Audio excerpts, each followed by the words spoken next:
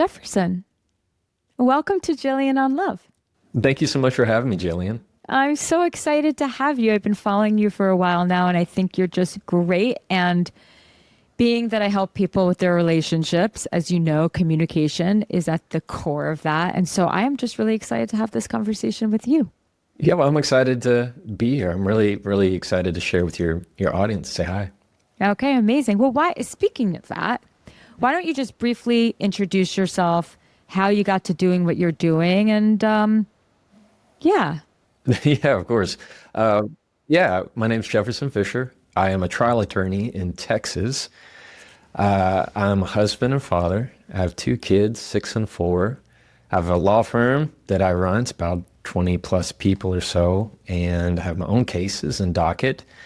But about close to 2 years now, I started making videos in my car on communication advice, what to do in certain situations. Which is so good. I love the whole car thing.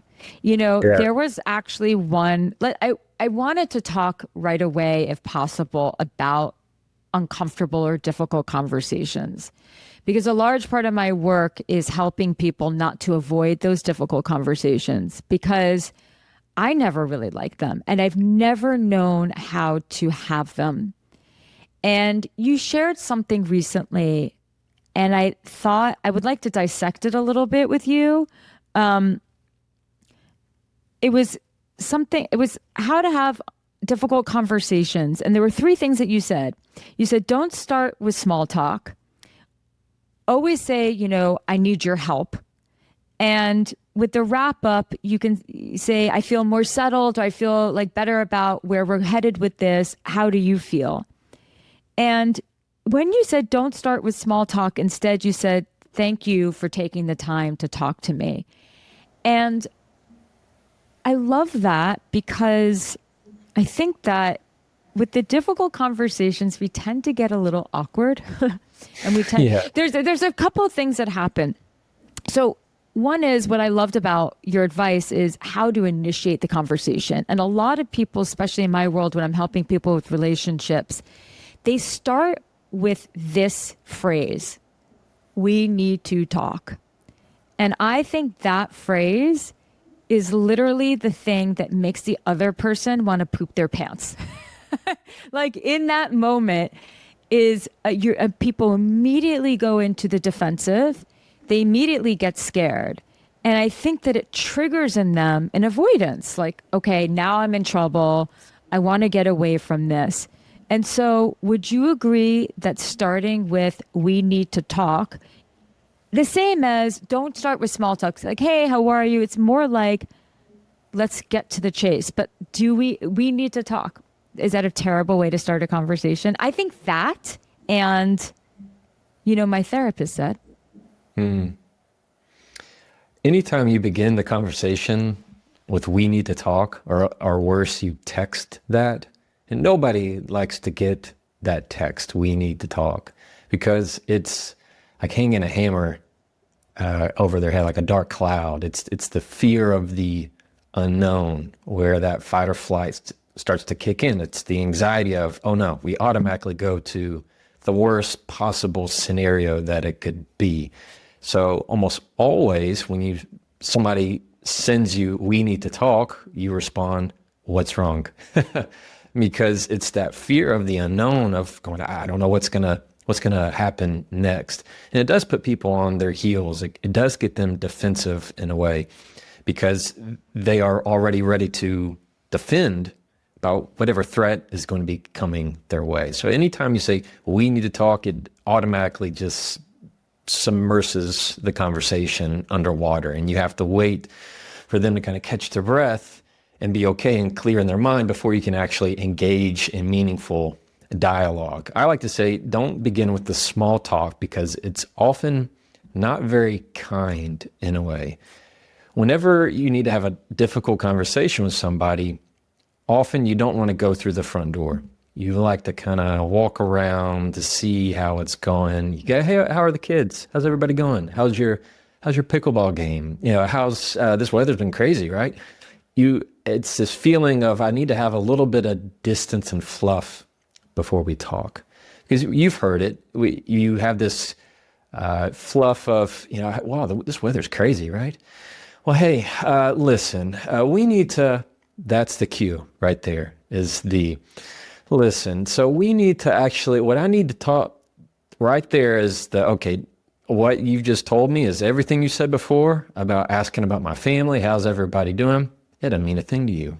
Yes. It wasn't sincere. It wasn't genuine. Now we're about to talk to really what you want to talk about. And the worst part is, during that fluff period, you leave the other person to kind of twist in the wind. They're sitting in their chair, kind of moving back and forth, going, no, I know, what am I doing here? I know you need to talk to me. Their eyes are shifting around. They get uncomfortable. They get nervous because they can feel that pressure of, you're talking about things that I know that's not why we're here to talk. So often leading with small talk can be a very insincere way, particularly with the difficult conversations. Yeah, I would agree. And I would actually also say that when we say, we need to talk, it's a power move, because a lot of people will say we need to talk because they're pissed, they're angry, and they want to control their partner, let's just say, and they actually want their partner to be nervous. Now, not everyone does it that way, but I do find it to be quite manipulative. I know I've done it in the past where I've said, we need to talk. It's like, okay, we're serious now. You need to pay attention to me. And if you're in a relationship and let's just say you don't feel very paid attention to, or you feel like it's very difficult to get the person's attention, it's almost like a form of punishment. Like you said, it's not very kind. And I think that people do that as a way to kind of gain control, but it's the worst tactic. I mean, when you said, I need your help, I love that, because what you're then inviting the person into is a conversation, a collaboration, a brainstorm sesh, as opposed to, let me just go down a list of all the things that I'm angry at you about, or all the things that you're doing wrong, and call this a difficult conversation when really it's not a conversation at all. It's attack, and the other person goes on defend. So, anything you want to add to that? When you begin with the we need, you have the person here is, do we? Is that what we need, or is that what you need? Yeah, it can be a power move. Most of it all goes back to the intent. I don't believe most people use it manipulative. They just don't know what else to say. They know that there needs to be a conversation. They just don't know how to engage it. So they think by using the word we, it's going to make it feel more together. And often that is the case. But this is kind of a weird exception. And when you begin with we need to talk, they have no context. I mean, if my wife texts me that, I feel like I have done something terribly wrong. Yeah, you're in trouble. You feel like you're in trouble. Exactly. And so it doesn't lead that way, where if somebody were to text me, hey, I need to speak with you, do you have any time, X, Y, and Z, or just giving them a preview of what you need to talk about. I need to talk to you about the budget decisions for tomorrow. You have any space to talk between X, Y, and Z? That at least gives a little bit of preview, but it can often be a form, I don't think of intentional punishment, but that is certainly the consequence of it. Yeah. Okay. And then wrapping it up, I feel more settled. How do you feel? I think that touching base just to see how the other person feels is very important. I also think, so this can be with anyone in your life. This can be a work person. This can be a romantic partner. This could be a friend. How do you feel? So then the other person matters. Right. It's often when we have those difficult, tense conversations, we can end them very abruptly, unintentionally. If I just say, okay, well, I feel better now. All right, thank you. And, you get up from the room and you go about your day. You kind of leave the other person hanging like, well, I don't feel better about it. I'm glad you do. I'm glad you got what you needed and you took it. Yeah. But you can't kick down a sandcastle and then expect the other person not to be somewhat upset about it or feel differently about it. So it's always a good idea to ask, I feel a little bit more settled now. I feel better now that we spoke. How are you feeling? Just to check in with them, just a little bit. Even if they tell you a lie, even if they say, I'm good, when they're not, you can't control that. But you at least provided the opportunity for them to say, I still feel unsettled. You go, okay, let's keep talking. I got 5 minutes. I got 10 minutes. Let's keep talking. I want to make sure. And that way they can bring up anything else rather than them feeling like they just got drug along and somewhat in the dirt for you to ask and poke every little question and they're still left unresolved. So it's just something that you can kind of meet in the mind a little bit. This episode is sponsored by Thrive Cosmetics. I personally love a natural makeup look, and I am very committed to only using products on my face that are natural and non-toxic. And for over 10 years, Thrive Cosmetics has celebrated the strength and beauty of women, but it's not just about makeup. I really feel that it's a commitment to becoming your best self. And their products are certified 100% vegan and cruelty-free, made with clean, skin-loving ingredients. And they have high performance and trademark formulas and uncompromising standards. And that's really important. A couple of my favorite products of theirs, their Liquid Last Extension Mascara is unbelievable. Like literally all my friends use it. It lasts all day without clumping, smudging, or flaking, and it is just amazing. And I love their Brilliant Eye Brightener.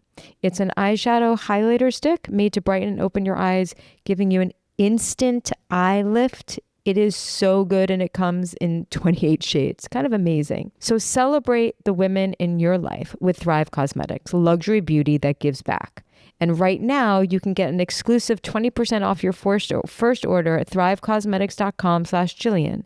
That's Thrive Cosmetics, CAUSEMETICS.com/Jillian for 20% off your first order. So I want to go a little bit deeper into this because when you're in the middle of the difficult conversation, so some things that I see women do more than men in romantic relationships, but not only, is they'll say we need to talk, and then it's like they pass the baton very quickly to their romantic partner and wanting them to kind of like take the lead of the conversation. And so when it comes to a difficult conversation, and this one in particular, you're taking the initiative. Is it important to say what it is that you're struggling with, what you feel unsettled with first, and then say, how do you feel about this? Are you experiencing the same thing that I am feeling? Yeah, I think it is incredibly helpful to come at it from a place of perspective rather than what you assume the other person believes. If you were to come into the conversation using the word you first, it sounds very accusatory. You're not listening to me when I'm speaking. How do you know whether somebody's listening to you or not versus what you feel or what you need? I need to feel like you're listening to me. That sounds a whole lot more collaborative in a way of, let me say it from my perspective. And using words like that, the key on perspective is going to help you not feel like you're just giving the baton back to them to let them control that message. Mm-hmm. So, and how much, well, I know one thing that I really learned about communication that I found very helpful in helping other people is when we say I feel, that we should really focus on what we're actually feeling versus something that's probably one of the most common patterns that I've seen when I've worked, like say with couples is, I feel like you, right? So you're using the word feel as if you're about to describe your emotional experience. But really what you're saying is my belief is that you are the problem. And so do you ever think about that in terms of using the word feel before something and being able to, because emotional intelligence, a large part of it is being able to understand your emotional experience and then be able to convey that. So I'm curious if that's something that you have found. And I also would like to know, is this something that you have as a trial lawyer? I mean, these are the things that you like to communicate. So you're communicating. So as a trial lawyer, you are working with a client either on the defense or as the prosecution. Is that correct? Depends. Do I even know what I'm talking about? Or have I just seen too many movies? You have seen a lot of movies with it's the same assumption from everybody. I mean, it's Yeah. not wrong. That's for the criminal side. On the civil Okay. side, you have plaintiff. That's the person who's bringing the complaint. Right. And then you have the defense. Then on the criminal side of things, you have the prosecution who represents the state, who is, or the federal United States government versus the defendant. So they're both the defendant either way, but it just depends if it's criminal or civil. Okay. So in your work as a trial lawyer, your job is because what I'm understanding is that a lot of the things that you talk about when it comes to communication is not necessarily about winning or losing, but about some sort of collaboration, trying to reach an end goal in which both parties are happy. Did you get that from being a trial lawyer or? No. No. No, yeah. The law school doesn't teach you, it teaches you how to read the law. It doesn't teach you how to read people. That really comes from a lot of life experience that I have and things that are just natural to me that I was drawn to. Okay. In my world, I have clients. I help people who are injured and they're plaintiffs. I've also worked on cases where I'm helping the defendant. Either way, people are people. And so a lot of it is teaching them how to communicate clearly and under episodes of immense conflict. In a weird way, I have to train them to kind of present them up to the wolves. Somebody else on the other side, the opposing attorney, is going to want to hurt their credibility, want to paint them a liar, paint them a certain way. I mean, that's how they improve their case, is by undermining what you say or getting you very nervous to say something you did not mean. So the more I can prepare them to feel more settled, more grounded, more assured in what they are saying, the better their case will be. So I treat a lot of these methods that I teach are the same ones that I teach my clients. Yeah. Well, that makes a lot of sense because a lot of your message is how to respond to pressure. Whether that pressure is someone putting you down, whether that pressure is someone, criticizing you or starting, or the pressure of a difficult conversation, and to do it from a place of centeredness and calm. Right. How does that work for a romantic relationship in your view? Often it is just it's the same concept of a conversation can only happen as fast as you respond. Often you feel like if you get into a difficult conversation, you're just swept into it. And you have to have this back and forth, fast. What I tell my clients, and it's the same way for everyday life, is that you get to choose what you do and do not respond to. Second of all, the deposition or the cross-examination can only happen as fast as you respond. So often when you find ways to tease out these conversations and make your sentences slow down, make the conversation slow down, then people don't have nearly the short runway to amp up their emotions and you have that emotional flood where you're just yelling and you're voicing things. Well, it's because your body's tense, you're holding your breath, not breathing, you're not listening, you're just reacting. And so often when you find ways to slow the interaction down, then you don't have that verbal fight, so to speak, because that's really what it is, that fight or flight. It's you want to hurt them with your words. You want the threat to go away. I mean, we hear it as, you're so stupid.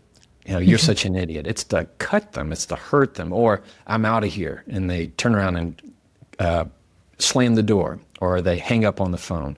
They have to flee. They have to flight out of that conversation. So often it's just biological of how we're going to react. In the same romantic sense, which is just really close relationships with people that you trust.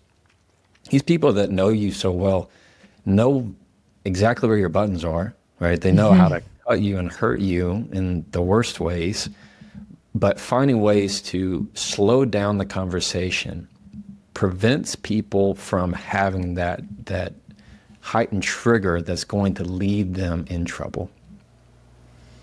Okay, so body language plays a huge role in all this. I often tell people that we don't just communicate with our words. We communicate non-verbally all the time. Sometimes just not even saying anything. Sometimes it's just a look. I mean, we could say, I love you. Or we could actually say, let me change that. We could say, I hate you. And the look in our eyes can be mischievous and actually conveying love and affection. It's the tone and it's the way we look. Or we can say, I hate you. Again, the tone and the look of our eyes and our body language could actually be quite aggressive. When we're talking to someone, let's say like someone important or like our partner, how important is it that we shift our body towards them? How important is eye contact? I mean, I find that like often if you're having an important conversation and someone's actually, it's one thing like here, you might be looking down because you're trying to think, right? And a lot of people when they're talking and thinking like I'm doing right now, I'm looking up towards my brain. So I'm looking up towards my brain because that's a pattern that I have when I'm in thought. But to connect with another person, sometimes, we speak with our eyes, we speak with our body language. How important, just to bring this back to maybe a conversation that might be a little bit uncomfortable. How important is body language, and what would you say is the best body language to bring to that table? A position that is open, not closed, sounds very simple, and it really is. Often we do it without thinking. It's just part of the human psyche of how we're reacting in that moment. But the more you can turn your shoulders toward them rather than away, or often when you cross your legs and force them to the other side, almost perpendicular to the other person, you're signaling that you're against them in a way. Okay, so wait. So I'm crossing my legs. So let's say you and I are in the same room together. So if I were to cross my right leg over my left, like, like that. Yeah. So what would signal that I'm against you? Well, it's not just crossing your legs is fine. Now there are little bitty like micro expressions where they might say, well, if you're touching your neck, you're feeling a little bit exposed because you're trying to cover your neck. That's just natural. So you feel like you need to guard yourself, or cross your legs because you feel like maybe you're hiding something. But I find that people will often cross their legs and then almost turn 90 degrees in their chair and kind of have a much more pointed look at you of it's the most guarded that they could be, rather than opening up their stance, opening up their shoulders. Then it shows that you have nothing to hide. There's a difference between when you put your hands on the table and interlace your fingers versus keeping them open on the table and using them to express what you say. Very, very different signals that you can give when you're communicating with somebody. So if you want to keep the conversation fluid, you need to have an open stance and open posture. That doesn't mean you have to have eye contact intensely. I think that's kind of weird. That can be creepy. That can get a little creepy. It's a little creepy, big time creepy if you're just Also, but it's also creepy never looking in the eyes. Yeah, well, it's Or someone's like looking down, or just looking at your mouth the whole time, or your chest. Exactly. Right. So what I like to tell, and I mean, when I'm, for example, with my clients, you want to show, because their depositions are often videotaped. So I have to tell them, remember, you have a camera on you. You're not talking just to that attorney. You're talking to the person behind the camera, because they can use that video in front of the jury. And so often what I will say is, when you're communicating, it's okay if you're answering and you're looking off up or to the side and you're trying to formulate what you're going to say. But as long as you finish your question, you finish your answer in the last second, looking at their eyes, people feel like you maintained eye contact even when you didn't. It's much better to end the conversation with eye contact than begin the conversation and lose it. Okay, that makes total sense to me. And something just to add to the whole body language thing, being able to read people, I think, is a big part of being able to have a conversation with them, to have influence over them in some way, or to have some influence over the conversation.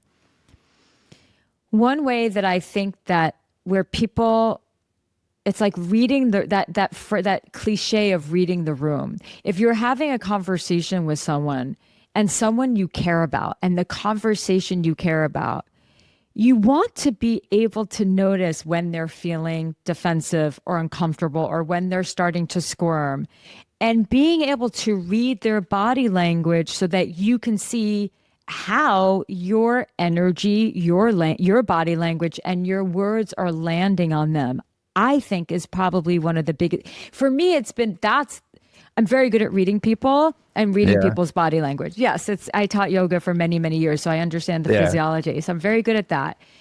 And I find that that's been really good for my coaching, because I can look at someone, I can tell when they're distracted, I can tell when they're uncomfortable, I can tell when they're tense.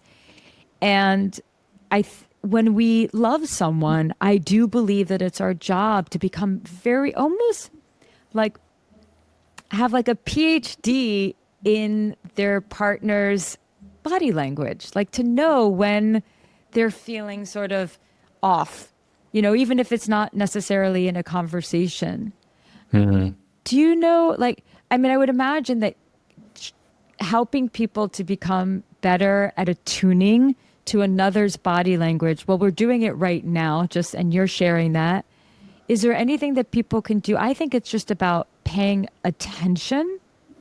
But do you have any, I don't know. I just wonder is it innate, or is it something that people can train themselves to become better? Well, time and experience certainly are the best teachers when it comes to reading somebody's body language, particularly like you've seen, like my family, my brothers, my brother can say something and I know immediately how he's feeling. Siblings have that uncanny sense. I see that with my kids. If you've been with somebody forever, I can hear somebody say something and go, "Oh, she's not going to like that." Totally. You can hear things, or you meet somebody and go, "She's not going to. This ain't going to work." So it is. I do believe it's certainly teachable, though experience does it for us. Eyebrows, to me, are one of the most expressive parts of the body because they react without you really even knowing it. It just happens so quickly. I can change what I say with my eyes, but often our eyebrows will give us away if we don't like furrowing of the brow. You hear something and it doesn't make sense to you. You just furrow it down, or it doesn't sound right to you. You might have that just half a second look, and then you try and relax again. That's like when I said, like, we need to talk is manipulative. You kind of gave that confused look. Yeah. Because that wasn't your experience. Well, it can be manipulative. Often. Exactly. But exactly, that idea of your eyebrows will give it away for you of what your initial thought is. The color of something, if it's a green or a red or a yellow, that's something that doesn't feel right to you. It's a pocket reaction. This episode is sponsored by Fatty 15. As I get older, I notice some things. I notice that I don't sleep as well, or I have to be very mindful of my evening routine in order to get a good night's sleep. The problem is that there's just so many supplements out there, and a lot of them are a big waste of money. And so when I find a supplement that I really, really like, it's exciting to me and I want to share it. And that's why I'm really excited to share with you guys C15 from Fatty 15.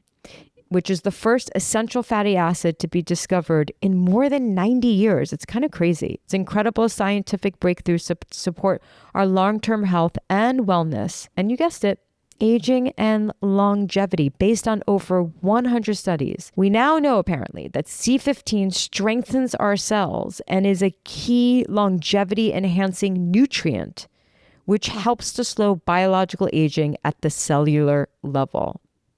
Because when our cells age, we age. So thankfully, fatty 15 repairs age-related damage to cells, protects them from future breakdown, and activates pathways in the body that help regulate our sleep, mood, and natural repair mechanisms that support our overall health. It's kind of amazing. Fatty 15 is on a mission to optimize your C15 levels to help you live healthier longer. You can get an additional 15% off their 90-day subscription starter kit by going to fatty15.com/Jillian and using code Jillian at checkout.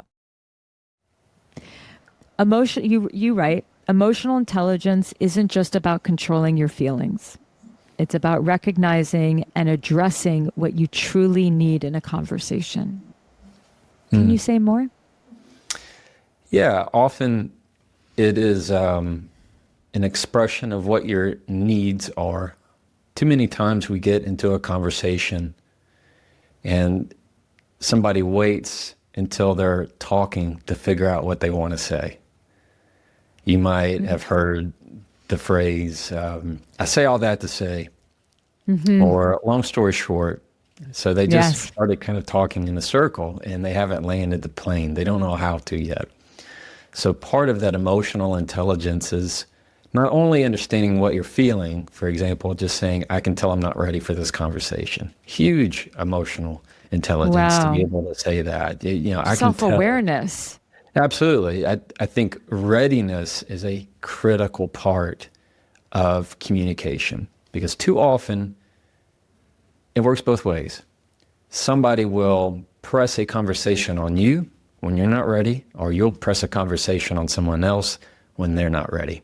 And if one of them is off, then it's not gonna go that way. You can't press your timetable on somebody. And I teach that you shouldn't allow somebody to press their timetable onto you. So for me to be able to say, listen, I can tell I'm not ready to have this conversation, or I'm not in a good place to have this conversation. I can tell. To be able to recognize how you're feeling and communicate how you're feeling, they work hand in hand. So it is one thing to be able to notice how you feel. That's a good check mark. But the second piece of that is to be able to communicate how you feel and stand by that, which is very much the same thing that I know you teach. Yes, I actually think this is huge because one of the really common conflicts that happens between two people in a relationship is one person will have a lot of anxiety around a conversation. They want the resolution now. And then the other person they're not ready to have the conversation. They're not in the right emotional state.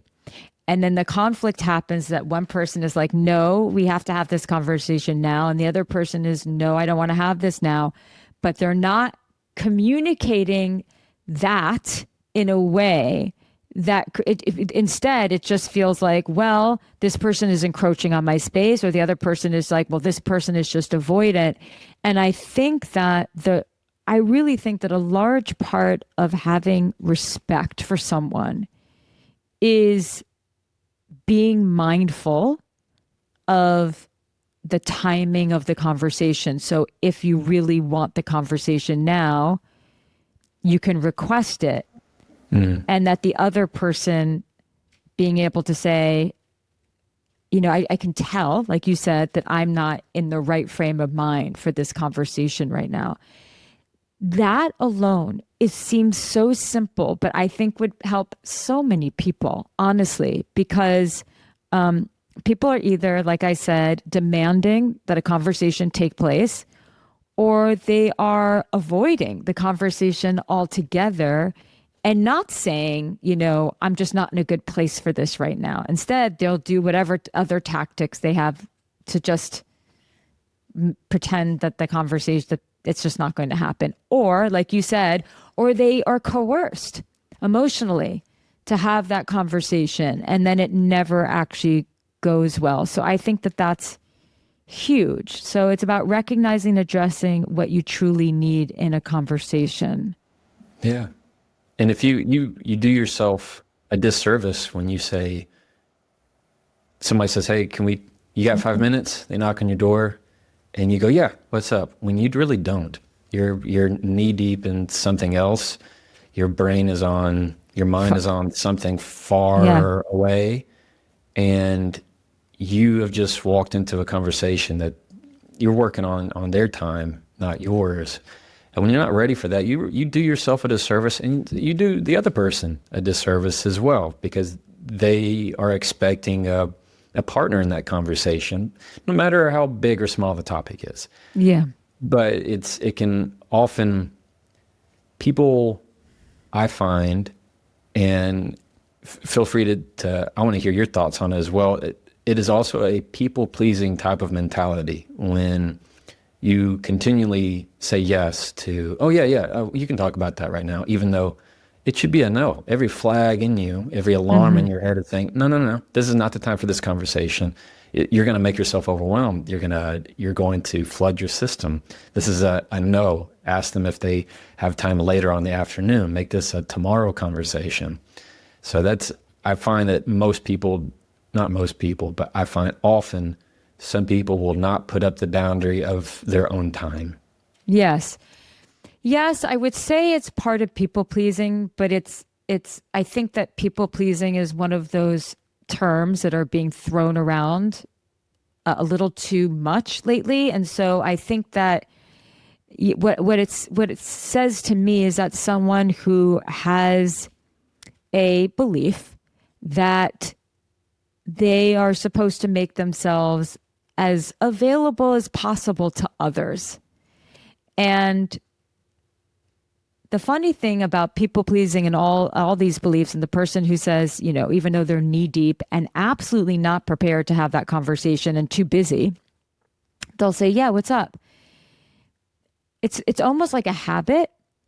And they, maybe in some ways, them being available to others is actually one of their superpowers, but then it just needs to be balanced with some boundaries so that they don't actually get overwhelmed. So to me, I see it as it's just like, this is how you're contributing to your own overwhelmment.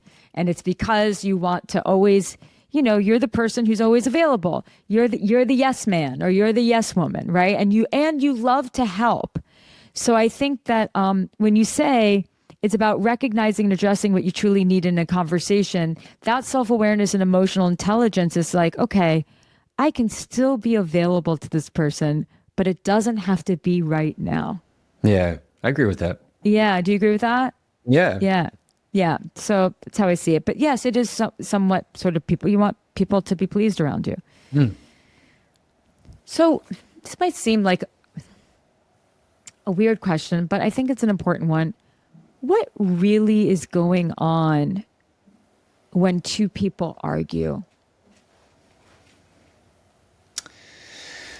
I like to put it in terms of, just a biological threat. You feel a certain trigger of some type. And it is as basic as somebody just disagreeing with you. You have something in your head that the line is straight. They see a different line that goes a different way. It's just that difference that your brain notices, and your brain goes, I don't really like that. I like what I have. And that dissonance, that cognitive dissonance, has a threat in some way, especially if they big time disagree with you. Well, now it feels like they're challenging you. Now it feels like you're undermining me. Now you're trying to say my value is less. Maybe that trigger is autonomy. Maybe that trigger is competence. Maybe that trigger is social in terms of reputation, or maybe it's a feeling of you don't want to lose status of something. No, I am the voice here. So when you have that clash, I like to put it in terms of the fight or the flight. It's just your body trying to eliminate the threat of the other, even though it's minor, or it could also be big. So when you argue, it's that tussle. But what happens, what I see often is that people feel like arguments are something to win. And I teach that there's something to unravel versus instead of a you versus me type of mentality. People often think that that's the way it goes in the legal world, but it's not at all. All attorneys do is we argue facts under the color of the law, meaning whatever the law is, the evidence shows, we argue facts what we have. So we give evidence a voice rather than trying to win an argument. The judge decides what happens, or a jury decides what happens. But often when you feel like you have to beat the other person, you lose so much more. You lose their trust, you might lose their respect, and all you've really gained is their contempt or that awkward silence the next time you have to pass by them in the hall. So when you argue with people, to me it is more of a reputation of, it's a chance for you to have a window into their struggle, not their spear against you. A window into their struggle. Window into their struggle. It's so hard in romantic relationships because there's resentment and we get in our heads and we get, some people are very adept at assigning negative meanings to things. Oh, that happened, so it must mean that. And they don't just do that with their partner, they do it with everything. They have a habit of assigning negative meanings. And like I said, we get in our heads and then the conversation happens. It's like, well, you did this, so it must have meant that. And you don't even love me. And then we are, like you said, fight or flight. We're fearing our reputation. We're fearing not being good enough. Maybe we're feeling a threat, like someone is trying to, when there's an accusation and you think, and once you challenge someone's identity and who they believe themselves to be, then things can get pretty ugly very fast. I often think that it's just a reflection of the fear that we have of ourselves. So if I were to say something like, I hate your green hair, Jillian, that doesn't mean anything to you. Right. Because your hair's not green. Right. But if I were to say something that's a little bit closer, that might hit some insecurities that I don't know about, but all of a sudden you're claiming that as if that's exactly what I said and that's what I meant. But truly it's just a reflection of how you already feel. Yes. Or what you're afraid of. Or what you're afraid of, yes. This episode is sponsored by Skims. Okay, I want to tell you about this underwear I'm obsessed with. It's the Fits Everybody collection by Skims, and I feel like it is literally their best kept secret. The feeling is literally like no other underwear I've worn before. It's stretchy, it's soft, it kind of like blends into your skin, it like kind of like melts into your body. It's unbelievable. So I've been wearing Skims for, I want to say like 4 years now, and recently just tried this Fits Everybody collection, and it's truly life-changing. It's amazing. I don't speak this highly about a product unless I really am feeling it. The Fits Everybody collection is available, by the way, in sizes extra, extra small to 4X. So you can shop now at skims.com and Skims stores. After you place your order, be sure to let them know I sent you. Select podcast in the survey and be sure to select my show in the drop down menu that follows. Check out the Fits Everybody collection at www.skims.com/onlove. Quote, how personally you take something is a direct reflection of how much grace you give other people. Can you say more? Yeah, I find that when you take things personally, you're picking up what nobody asked you to carry.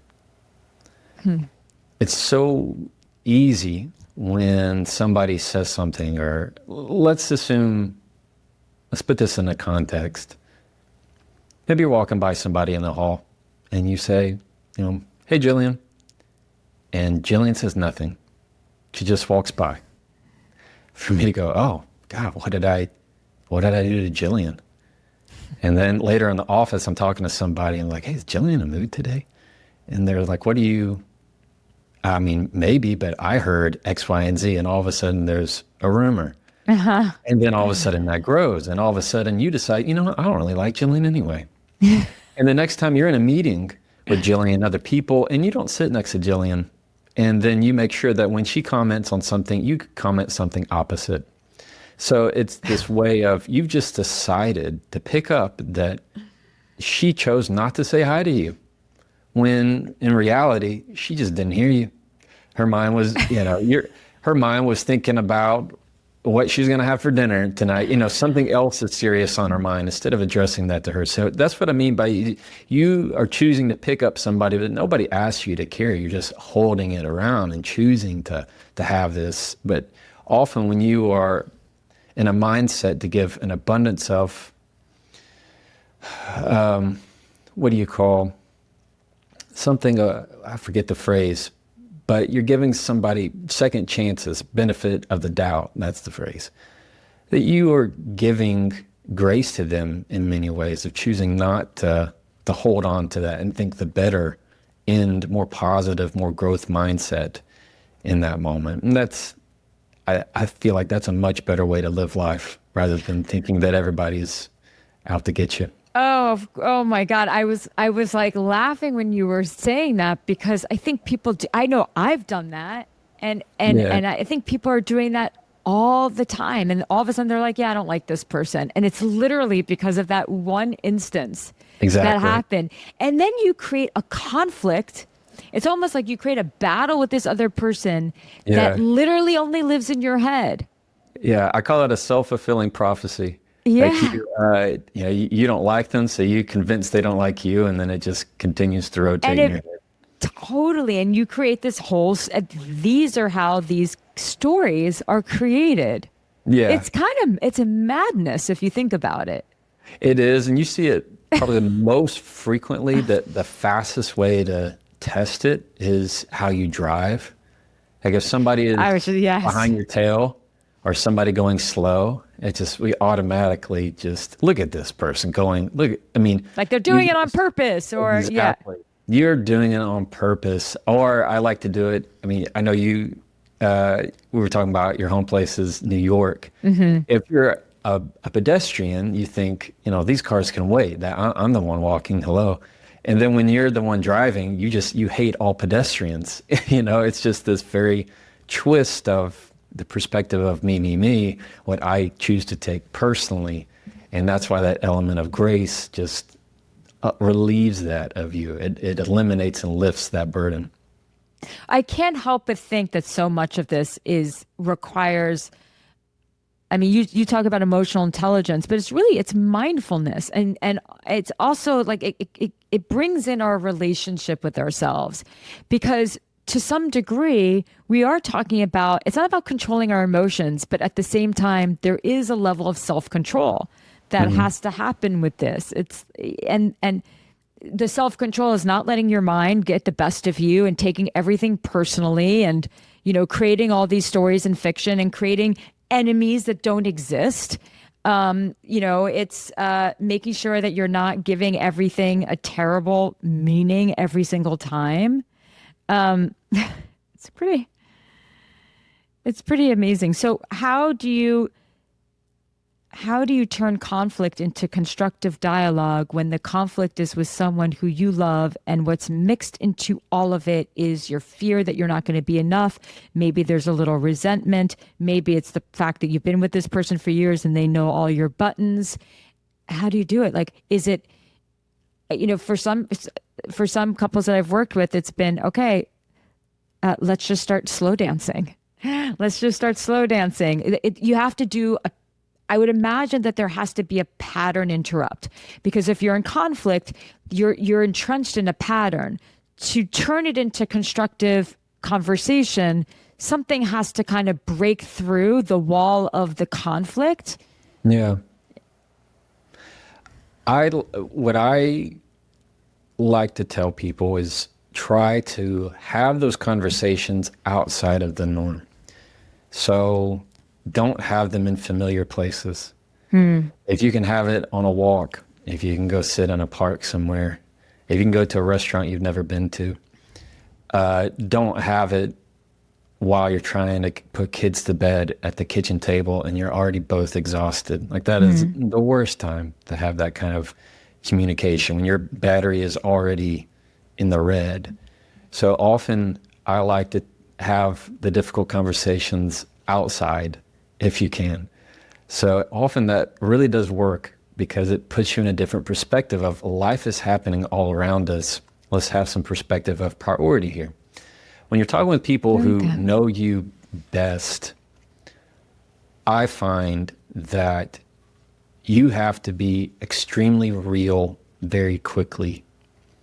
And the reason, because these people know you very well and they know enough to what your tell is. They know if you really don't mean it. They have a sense, we all have a sixth sense of knowing if something feels sincere or not. But often if I am going to communicate with somebody who's close to me and I share with them my fear, tell them what I'm afraid of. In other words, you start the conversation. I'm afraid if I tell you this, this is what's going to happen. 9 times out of 10, the person tries to reassure that fear. That's not going to happen, or thank you for telling me, or you're coloring the conversation with, just so you know, I am feeling this way. And so I'm trying to put a lens on everything that I'm telling you. Or you try to get their buy-in into the conversation.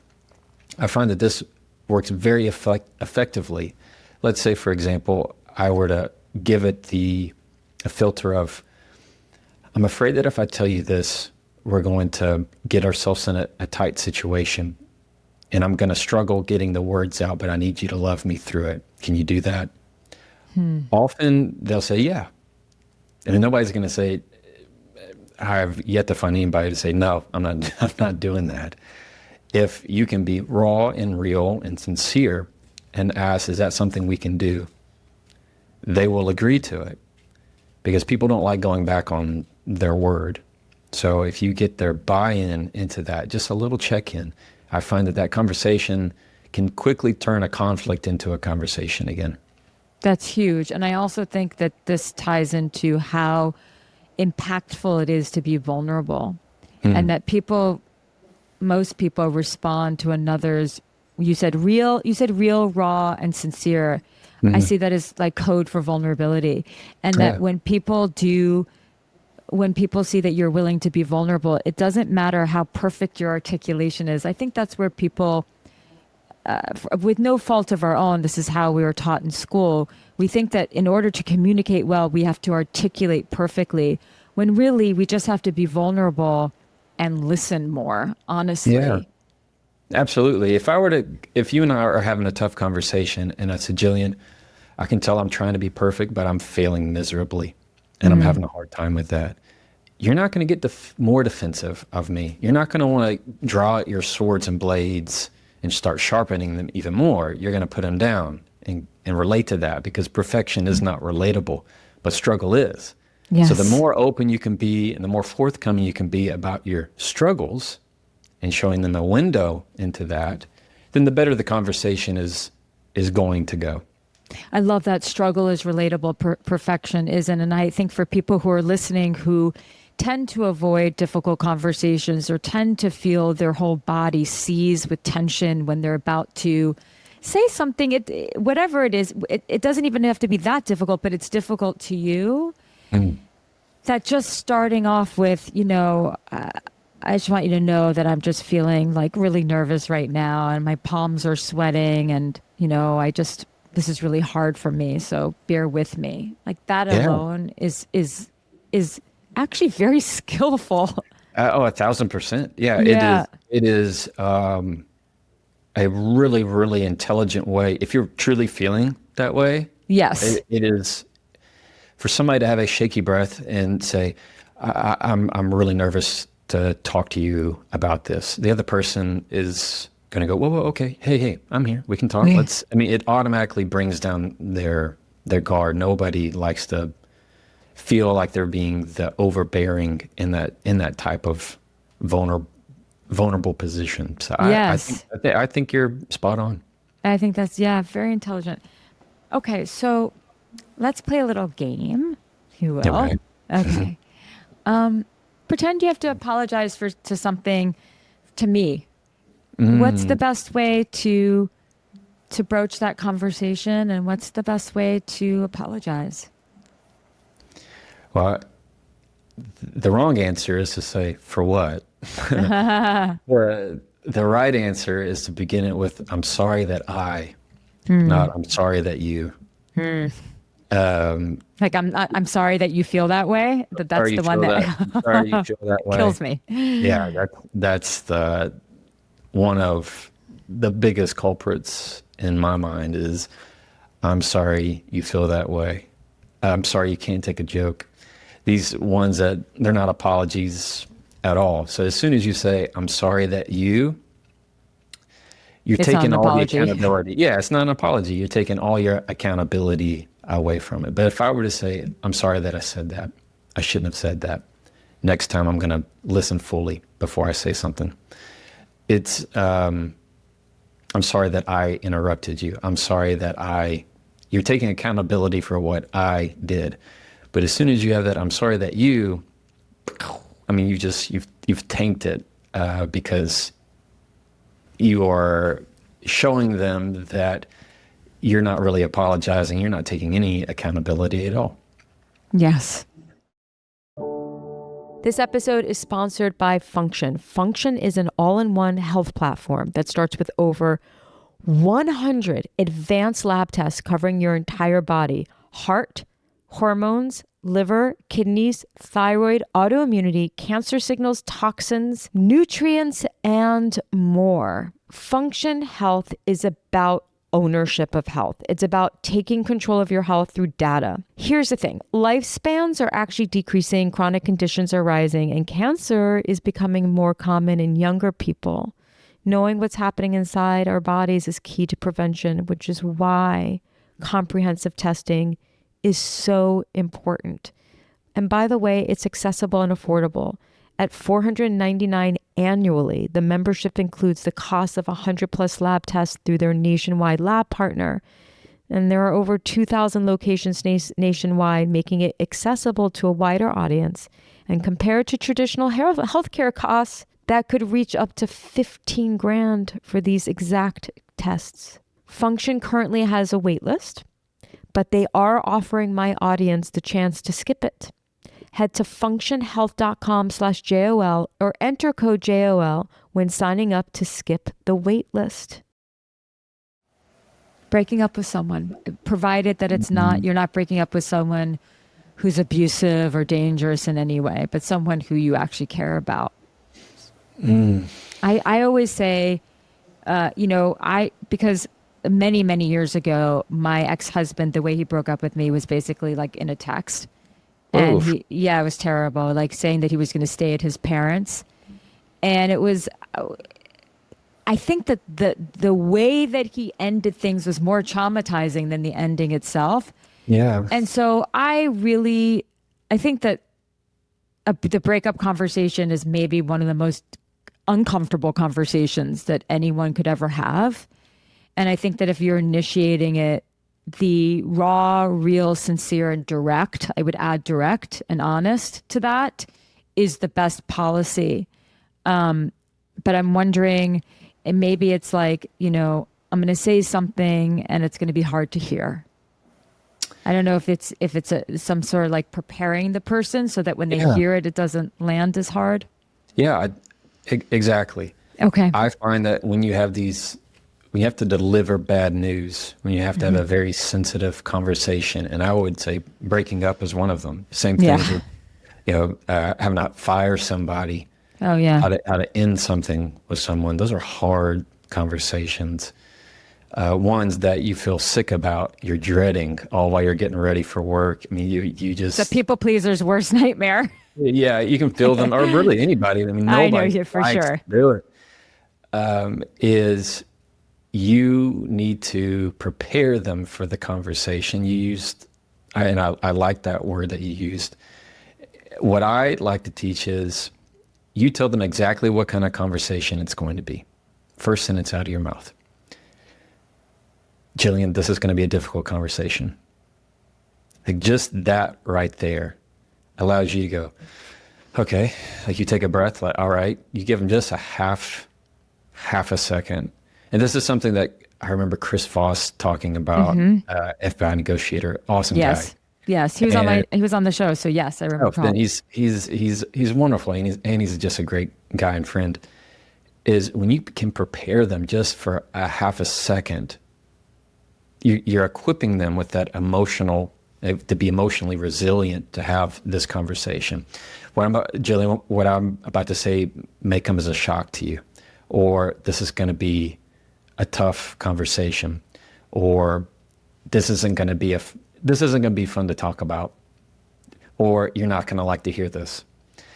There are different ways that you can try and prepare them for this conversation. It can be as easy as, this is going to be a difficult conversation for us.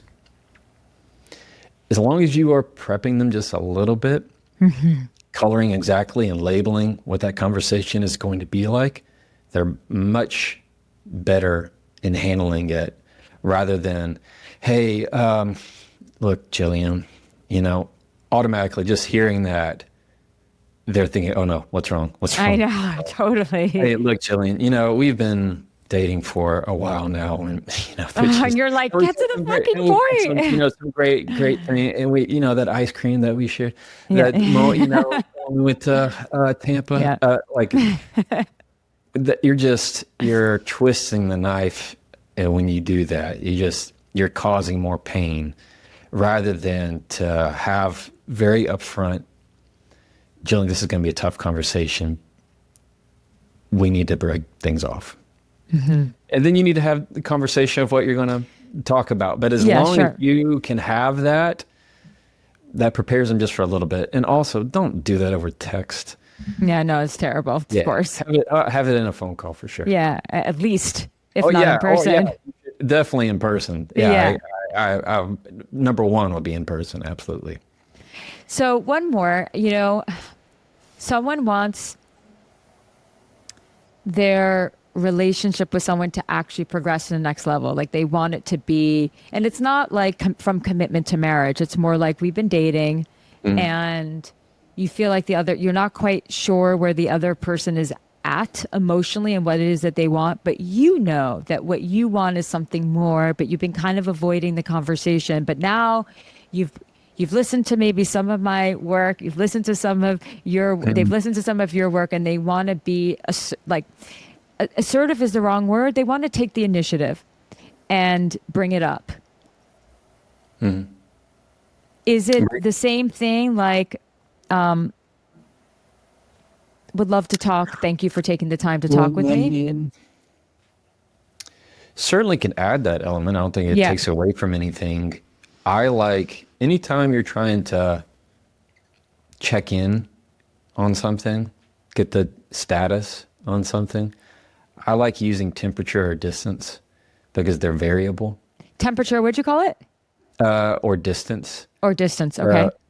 So I like using temperature in a way of understanding where things are progressing in a sense. And even if I were to communicate with you, let's say we've been dating a few weeks, there's nothing wrong with saying out loud, all right, I'm going to take the initiative here. I want to check in on can we have a temperature check real quick? How are things feeling for you? You feeling warmer or colder? It's a way of just barely nudging. You're not having to put a time label mark. You're not trying to set some kind of goal, some kind of bar. You're not trying to put are we closer to moving in, not closer to moving in? It's just often those conversations can happen organically, but you just need to gauge what direction they're going in. Okay. That's why I like temperature and direction. But also, if it's, hey, you've been together for a while, you need to have some directness of, if you want to step it up a little bit and use a little bit stronger language, that's going to indicate, is this thing going somewhere or not? Okay, what would be some of that stronger language?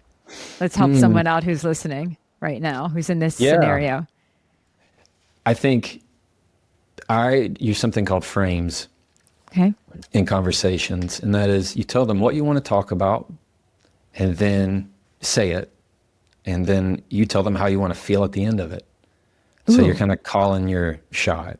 So in a non-romantic sense, let's say we're working together somewhere, and I said, Jillian, I'd like to have a conversation with you about your comments last Thursday's meeting. And at the end of this conversation, I want to walk away understanding that's not going to happen again. Cool? You're going to go, cool. Then we have that conversation. I tell them what I want to talk about. I tell them how I want to feel at the end of it. And I get their buy-in. If you've been with this person for however long, there's nothing wrong. Yeah, there's nothing wrong to say, I like to talk about our relationship. And where it's headed? And where it's headed. And I want to walk away with, well, that, or you could say, I want to walk away with a better understanding of where this is headed. I love that. I mean, there's nothing wrong with that. And then you could follow it up with, does that work? Sound good? And then we're, yeah. I love it. Or like, I want to walk away with some more clarity about where we stand. Absolutely. I want to walk away with a better understanding of the level of commitment we're at. Or I want to walk away with a better understanding of X, Y, and Z. The right words will come to you. But when you're saying, I want to walk away with, that is being very clear and assertive of, I'm telling you what I want to talk about, and I want to tell you how I want to end it. You're not saying I'm choosing what you're going to say, other person. I'm simply telling you what I need from this conversation. What I need from this conversation. Very upfront. I'm telling you, I'm calling my shot right now. This is how I want to walk away. Oh, I love that. And it's very much how I teach, because I think that people need to be, especially in that delicate stage of like, is this going anywhere? Is this not going anywhere? I think people need to be very, very direct and clear about what it is that they want from the conversation. So I think that's amazing. Thank you. Yeah. Your book, The Next Conversation, Argue Less, Talk More. We'll end with this. What are some simple everyday changes couples can make to start to talk more and argue less? So in The Next Conversation, it teaches people how to say things with control, to say things with confidence, and to say things to connect. And when it comes to relationships, romantic relationships, or really any kind, it teaches you how to not see somebody's disagreement with you as a threat, to not see conflict as something to shy away from, but something to welcome, and understand that instead of having something to prove, you have something to learn in the conversation. And when you keep that at the forefront of your mind, having something to learn, not something to prove, it's going to walk away with both of you having a better understanding. Oh, I love that. Everyone needs to run and get the book, The Next Conversation, Argue Less, Talk More, by Jefferson Fisher. Thank you so much for being here. And thank you so much for writing this book. Look, there is no communication, and I actually think that we're learning more about communication because of experts like you. And it's so nuanced, and it really is what the quality of a person's communication can really make or break a relationship, and any relationship. And I think that we can repair so many relationships with good communication. So I just want to thank you for your work and your contribution to everyone's lives and trying to make everyone's lives better. Well, thank you, Jillian. It's been an honor, and it's been an honor to be part of your work and all the wonderful things that you're doing. So I'm very excited about your book. Thank you. I appreciate it. Where can people find you? You can find me either on my website, jeffersonfisher.com, or any social media, Instagram at Jefferson Fisher. Oh yeah, and it's amazing. You can just go through the wormhole on his Instagram and learn a whole bunch. Thanks, Jefferson. I appreciate you. Thanks, Jillian.